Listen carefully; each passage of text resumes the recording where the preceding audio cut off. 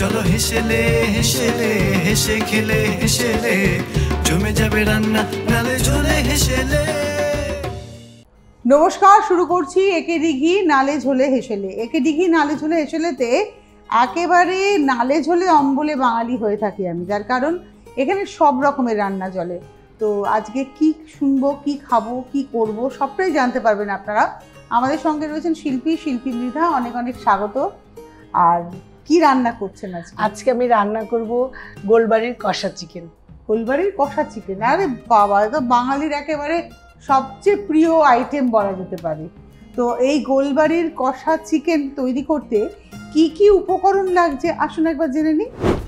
Chicken, পেঁয়াজ বাটা, পেঁয়াজ বেরেস্তা পেস্ট, টক দই, ধনে ও জিরে গুঁড়ো, নুন, হলুদ গুঁড়ো, পাকা লঙ্কা ও আদা বাটা, রসুন বাটা, কাশ্মীরি লঙ্কা গুঁড়ো, গরম মশলা গুঁড়ো, তেজপাতা, গোটা জিরে, গোটা গরম মশলা, শুকনো লঙ্কা, চায়ের লিকার, সর্ষের তেল, চিনি, একেডি ঘি।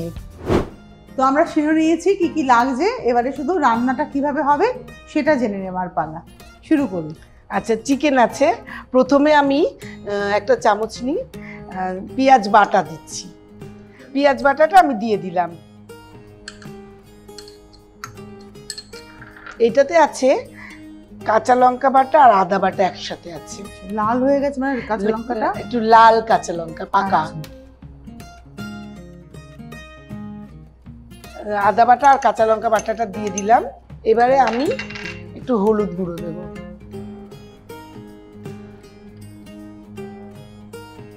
এখন দিলাম না, আর বেশি যদি আবার লাগে পরে দেব। রসুন বাটা দিয়ে দিলাম আর একটু কাশ্মীরি লঙ্কা দিয়ে দিলাম রঙের জন্য। টক দই দিয়ে দিচ্ছি।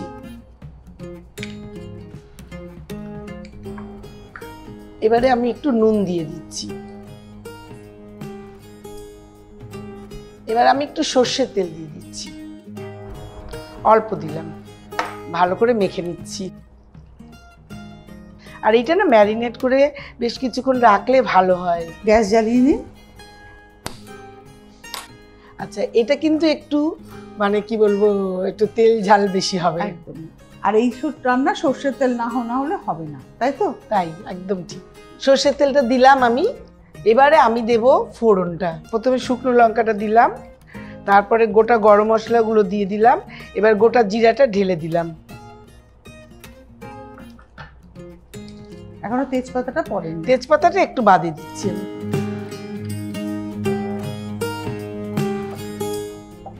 আচ্ছা, ফোড়নটা হয়ে গেছে। এবার আমি মাংসটা দিয়ে দিচ্ছি। ম্যারিনেট করা মাংসটা দিয়ে আমি ঢেলে দিচ্ছি এইভাবে।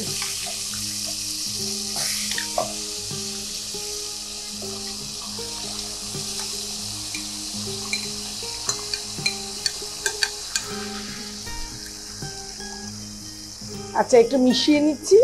নিয়ে আমি একটু ঢাকা চাপা দিয়ে রাখবো।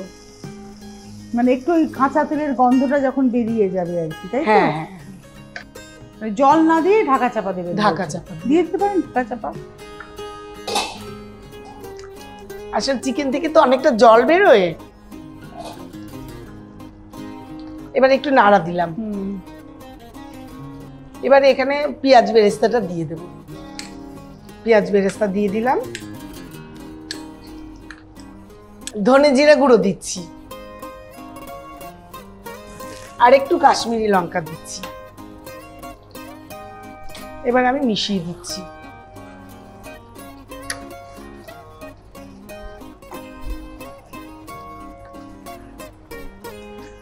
এটা যে গোলবাড়ির চিকেন কষা, আপনি এটা গোলবাড়ির রান্না মানে নামটা দিচ্ছেন কেন? মানে এটা কি ইনগ্রেডিয়েন্টস যার জন্য এটা গোলবাড়ি? এটা একটু কালচে হবে আর চা পাতার লিকারটা পড়বে, কালচে হবে।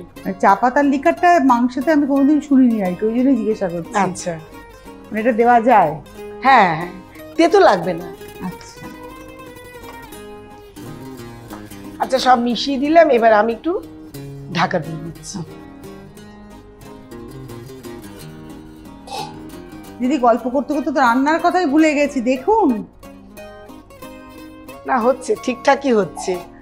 আচ্ছা, এবারে আমি সামান্য একটু চিনি দিয়ে দিচ্ছি ব্যালেন্স করার জন্য, একদম সামান্য দিলাম। চিনিটা হচ্ছে অপশনাল। হ্যাঁ, না দিলেও অসুবিধা নেই। আচ্ছা আচ্ছা, এবারে আমি মেন যেটা চায়ের লিকার, এটা আমি দিয়ে দিচ্ছি। আবার আমি ঢাকা দিয়ে দিলাম। এটা কি পুরো শুকনো হবে? না, একটু মানে গ্রেভিটা হবে, অল্প হবে, মানে ঝোল থাকবে না, একটু টানবে। টানবে।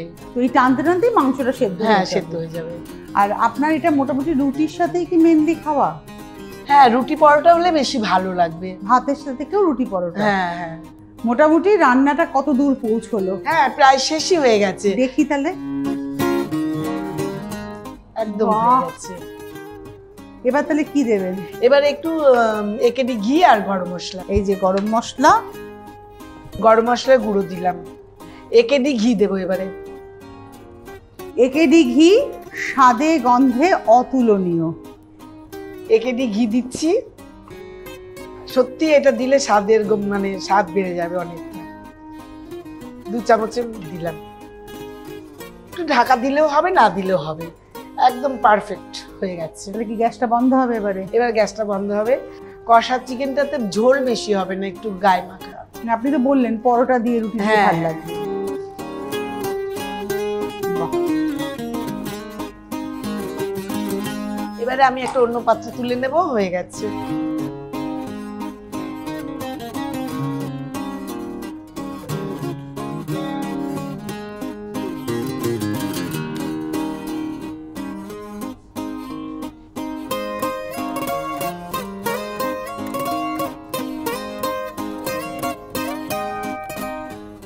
এই হলো আমার গোলবাড়ির চিকেন কষা।